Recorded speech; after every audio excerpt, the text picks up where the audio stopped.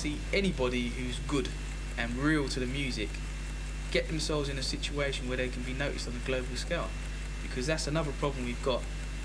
Most of the groups, most of the rappers who've been around for a while, we haven't really got anyone who's really made it.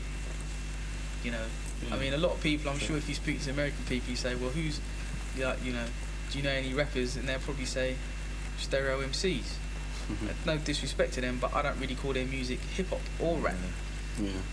To me, it's just like talking kind of pop music. It was once upon a time. Right? Yeah, once upon a time it was, but the stuff they do now isn't. But yet still, when I open, you know, certain magazines, I see, you know, like hip-hop publications, I see them in there. And I think, what's going on?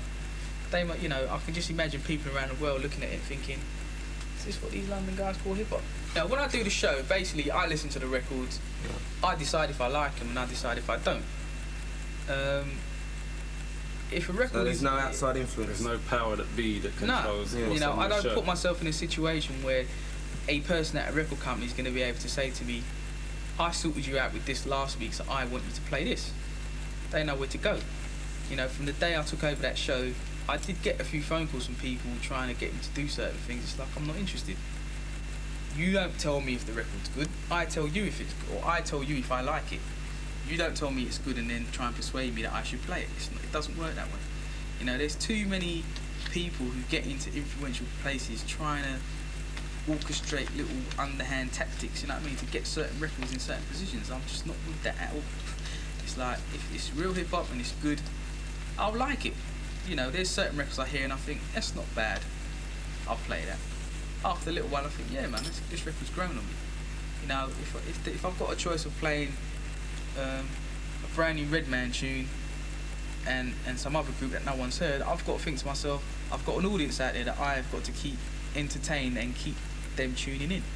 So I've got to basically choose the records I play to keep my audience. A lot of people say, well, I don't care, any British record that comes out, you should play it. And I say no, because there's got to be a standard.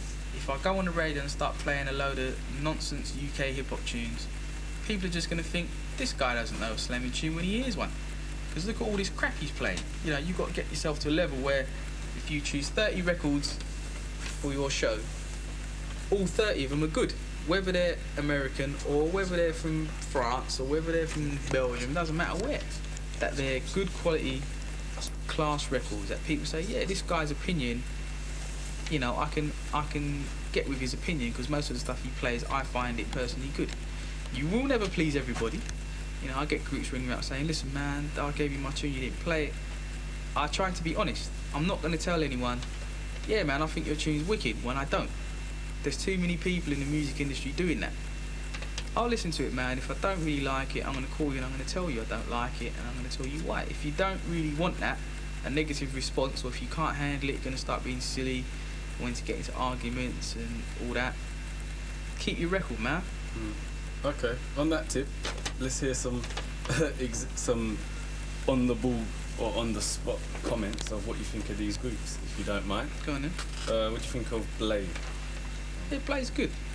He's you know, he's done what a lot of people should do. Like, you take yourself out there, you set yourself up. I mean, I know he's taken, you know, a lot of chances in some of the things he's done, but hopefully it'll pay off for him, because if you don't believe in you, why should anyone else believe in you? You know, if you got some money and you really believe you're that good, take your money and go and do your tune.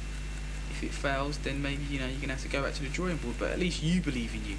You know, you can't really sell something to somebody unless you're convinced that it's like, you know, the business. If you don't feel it is, why should anyone else? Okay, what about Bushkiller? Bushkiller, I mean, I only really know, you know, very little of their stuff. They've done that however many gun salute tune. I can't remember how many numbers it is, but yeah, that was a good stuff. I think, you know, the only criticism there would probably be and it's the same with a lot of UK groups, they do a good tune and you don't hear another tune for like another year. And I think that's a big problem, you know. Like, that'd be like my overall criticism of a lot of the hip hop groups. They tend to take a little bit too long releasing stuff. So when a guy does come along, or a group comes along with a good tune, it tends to be like another 12 or 14 months before they approach you with another tune, by which time everyone's forgotten. Yeah. So what about Stand Innovation? Standing Ovation, I remember the last record they got, I didn't like it. I remember it was given to me by Humphrey from Catch 22. And, you know, when I saw him the next time, I said, look, man, I don't really like it. It just sounded too kind of old and dated. He relayed the message. I seem to remember they got a little bit annoyed because I said I didn't like it. And that is like a typical example. I could have said to him, yeah, and I think your track's really wicked. It's the best tune I've heard all year, and I could have played it on the Friday and said, yeah, this is wicked, and then thought, don't really like this, man, I ain't playing it next week. But what good does that really do? It's like, I feel that you've got to be honest with them, and if people can't sort of handle criticism, if a man comes up to me and says, Steve, I listened to your show Friday, I didn't think it was very good, I'm not going to say, well, get stuffed, you know what I mean, I don't want to talk to you no more. I say, why? Well, I didn't think it was very good because if I think his criticisms are fair, I'll say, okay then. And I think, you know, you need to be honest with the groups. And the last tune they gave me, I didn't like it. And I said I didn't like it, and I didn't play it because I didn't feel it was good enough. Okay. How about Mello? I think Mello is an excellent rapper. Definitely, you know, at the pinnacle of the UK hip hop scene for quite a while.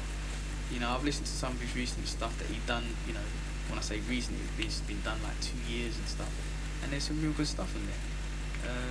You know, I rate him. That's off the